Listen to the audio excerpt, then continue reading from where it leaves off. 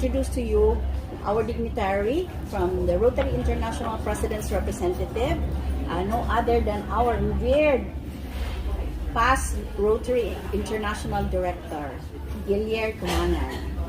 And then on my other governor on the left side is District Secretary, who is now the District Governor nominee designate, Jong Fernandez.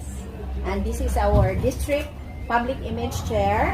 If you will notice, you have a lot of people of action photo exhibits, and she is responsible for that.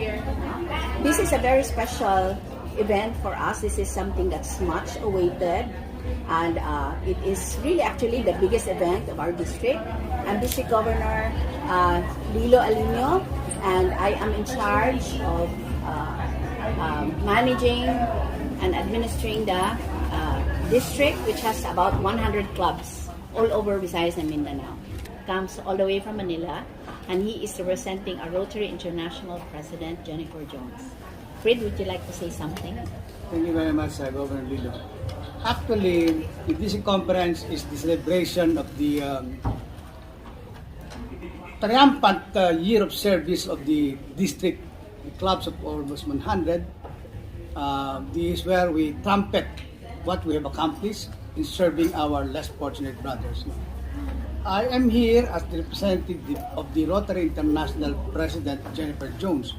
You know, we have about 500 districts all over the world, and it is impossible for the RA President to come and visit all of these 500 plus districts where they're having conferences during the months of February, March, April, and May. So it will be too taxing for her to come and visit the clubs or the district conference. So it's a practice to assign a past governor or past RA director to represent our Rotary International. And the message that we are going to give will also be coming from the RA President. So as if the President is here, it just so happened that I'm a local guy. Normally, sometimes last year I think, it was somebody from US who came in here for this conference. But this time, it's a local guy. Our district conference is actually 3 days. Yesterday, we had more of the fun type. We had a fellowship. We had a fun golf, which was attended and participated by our RI director. And we had a bowling tournament. It's a bowling Governor's Cup.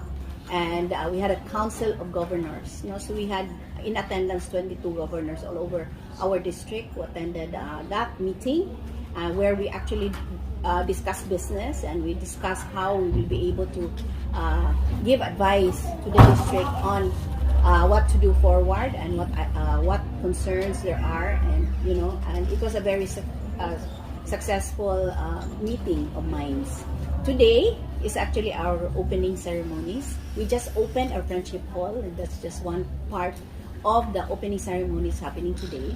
The official one, where we have a processional of all presidents, our district officers and district governors, and future and past, and of course RIPR, Gilier, and myself will be doing a procession of leaders of the district, and we are going to be it's our Cebu City Mayor will officially welcome us today. In the evening, we are going to have fellowship. Fun and fellowship and camaraderie is one of the pillars of Rotary.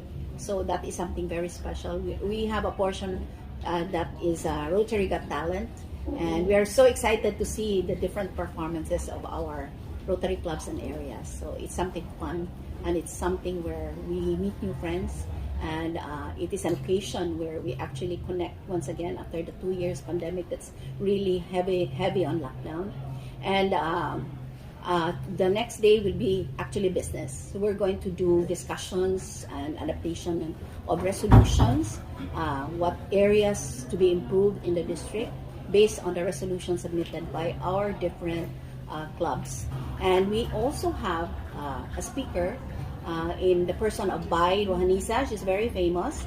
She's Rohanisa Osman, Sumnad Osman. She's a Muslim princess, and she will talk about her advocacy on building peace and after which we are also going to be updated on the disaster management of our district. We actually have a district management committee Inc.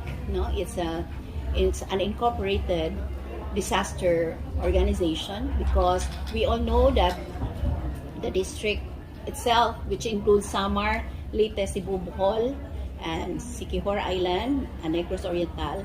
It also includes Surigao, Davao, the whole of Davao, and South Cotabato and General Santos. So it's a huge area that is disaster prone and also prone to earthquakes. So we have to be proactive. So we have actually since 2015 created disaster management.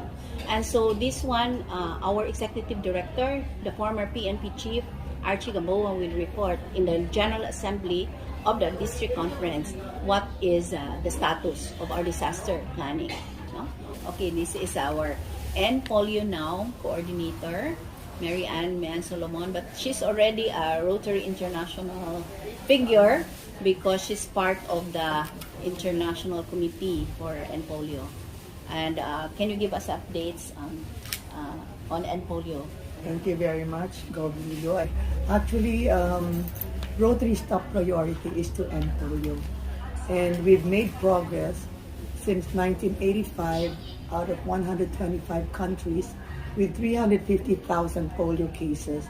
We're now down to 2 endemic countries and 1 case of wild polio virus this year. So we're not anymore saying this close, but together we will end polio. Now we have to go back to history in 1979 when the first 3H grant of Rotary International for polio was given to a country, and that country is the Philippines. So because of Rotary, a lot of our children are walking thanks to Rotary. Now we need to also finish our task to end polio, to make it the second disease to be eradicated in the world. The first disease is smallpox, and second would be polio. So I invite everyone to join us and be part of history as we will end polio. We actually are very creative in doing awareness campaigns and fundraising campaigns, because we continue to support this legacy project. So we had a Sing to End Polio. We actually had a Zumba to end polio, the ride, the walk, and so many other creative ways by which we will be able to raise funds. And just today, in just a few minutes, we were able to raise almost $2,000. So and that goes to End Polio, our End Polio Now campaign. So we're going to have the auction. Yeah, I'd just like to add, the raising of funds is not as simple as $1 is to $1. What is really amazing is we have the partnership of the Bill and Melinda Gates Foundation. For every dollar we raise, it's being matched 2:1 by the Bill and Melinda Gates Foundation. And we are very blessed that Bill and Melinda Gates Foundation trusts Rotary in helping us eradicate polio. So this raising of funds is not limited to Rotarians. Everyone is welcome to help raise funds to end polio, not for our children, but for the future, our grandchildren and our great-grandchildren. Our district public image chair, Arlene Adlawan. And Arlene, I think they're wondering also what's people of action outside. Actually, as the current public image chair of the district, it is my task to promote and really apply into practice this new campaign of the Rotary International, which is the People of Action campaign. And why do we campaign? We need to let the people know what the Rotarians are doing in our respective communities. So 6 out of 10 people knew about Rotary.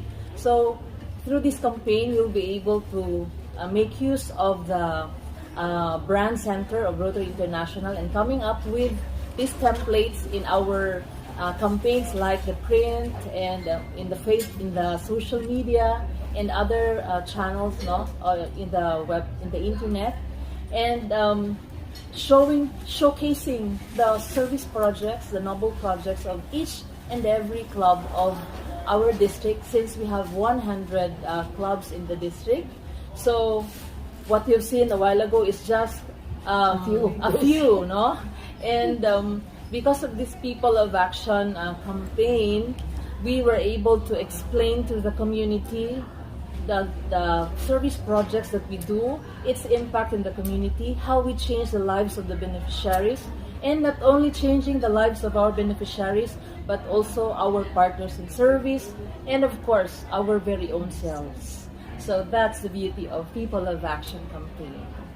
And I would also like to introduce our district secretary who will become our governor in 2025-2026 because he is the district governor nominee designate, John Fernandez. Tell us about how he manages all these 100 clubs. Tell us, John.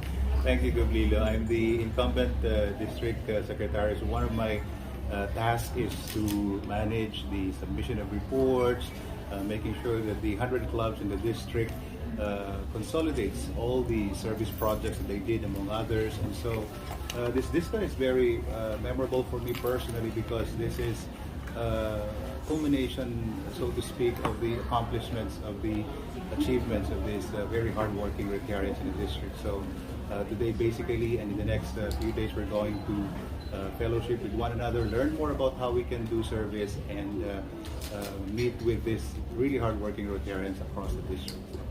That will be all. But when we start our year, we are guided by our vision of together we change, the world and our communities. But we also are guided by our 4 strategic priorities. And that is increasing our impact, expanding our reach, enhancing participant engagement, and also increasing our ability to adapt. When we are going to say increasing our impact, it's not just the service that we do. We have to be able to measure them, and we have to think that how we can do this in the long term with several service partners and with collaborators that we can harness. And also, we expand our reach by contributing to the foundation, because the foundation is actually very credible, accountable, and good stewards of the contributions of all Rotarians in our district and all over the world. So these contributions that we make go to End Polio or the Polio Plus, and one is an endowment fund where we are able to contribute to better our world and help humanity through giving funds that becomes we can harness in perpetuity.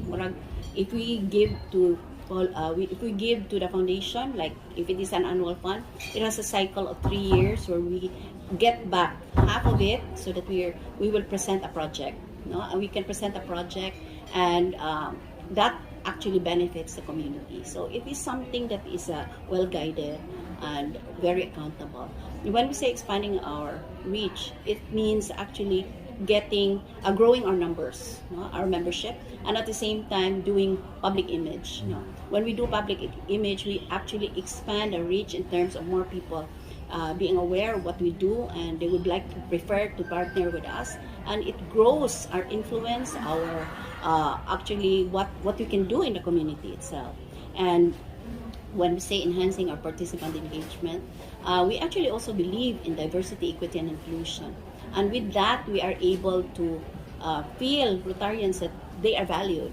And we have a voice, whether you are a different race, a different socioeconomic status, you have, and then gender and sexuality or whatever it is, you are welcome, because each one gives or contributes different ideas and also value to Rotary. One of the things that I will be announcing this afternoon is really we have a partnership with Sogbodok Technologies. We are choosing a barangay and some clinics and public hospitals where we will be able to elevate them and make them digitally transform them so that they will become more efficient. We just like also to share with all of you that the Rotary International has this 7 areas of focus, So we are conducting service projects, not just sporadic, So we have been guided with the 7 areas of focus, wherein the first one is on the peace and conflict. What we'll tell them is, puede mi.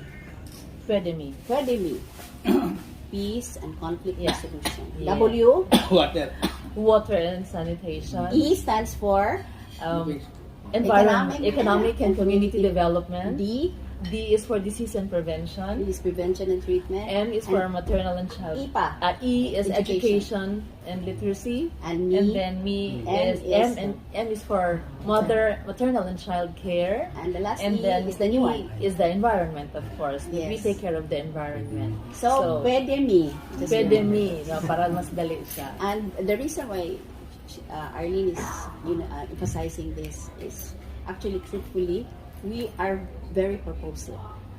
We know what projects really will impact on our communities, and we are guided by the 7 areas of focus. The emergence of polio case in the Philippines is more on the vaccine-derived polio virus. This is because of poor wash, sanitation, and everything. And this is being addressed. That's why we are encouraging the cleanliness in the community to avoid the vaccine-derived. And now, after the pandemic, of course, the vaccination is continuing, and we just celebrated the World Immunization Week.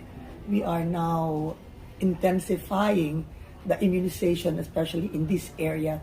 So we hope to arrest, because there's no alarm yet, but we hope to arrest it. There's no wild polio virus, that's a fact.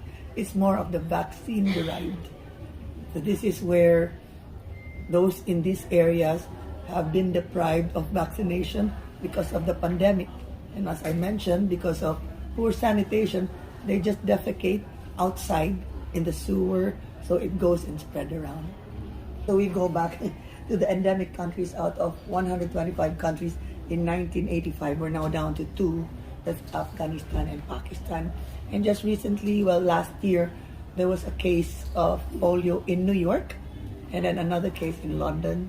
This just proved that polio is just a plane ride away. For as long as polio virus exists, we should not stop. We should fulfill the promise to the children to make the world polio-free. And just because our country is already polio-free, we cannot be complacent. As you mentioned, and as what our RI representative mentioned, 30% of the children remain unvaccinated. You know, we have newborns and all, so we really have to continue. It's a continuing effort. That's why we really aggressively campaign. Yes. For immunization. Aggressively. And we need your help. And aggressively raise funds. Thank you. Okay, thank you very much. Thank Thank you so much. you.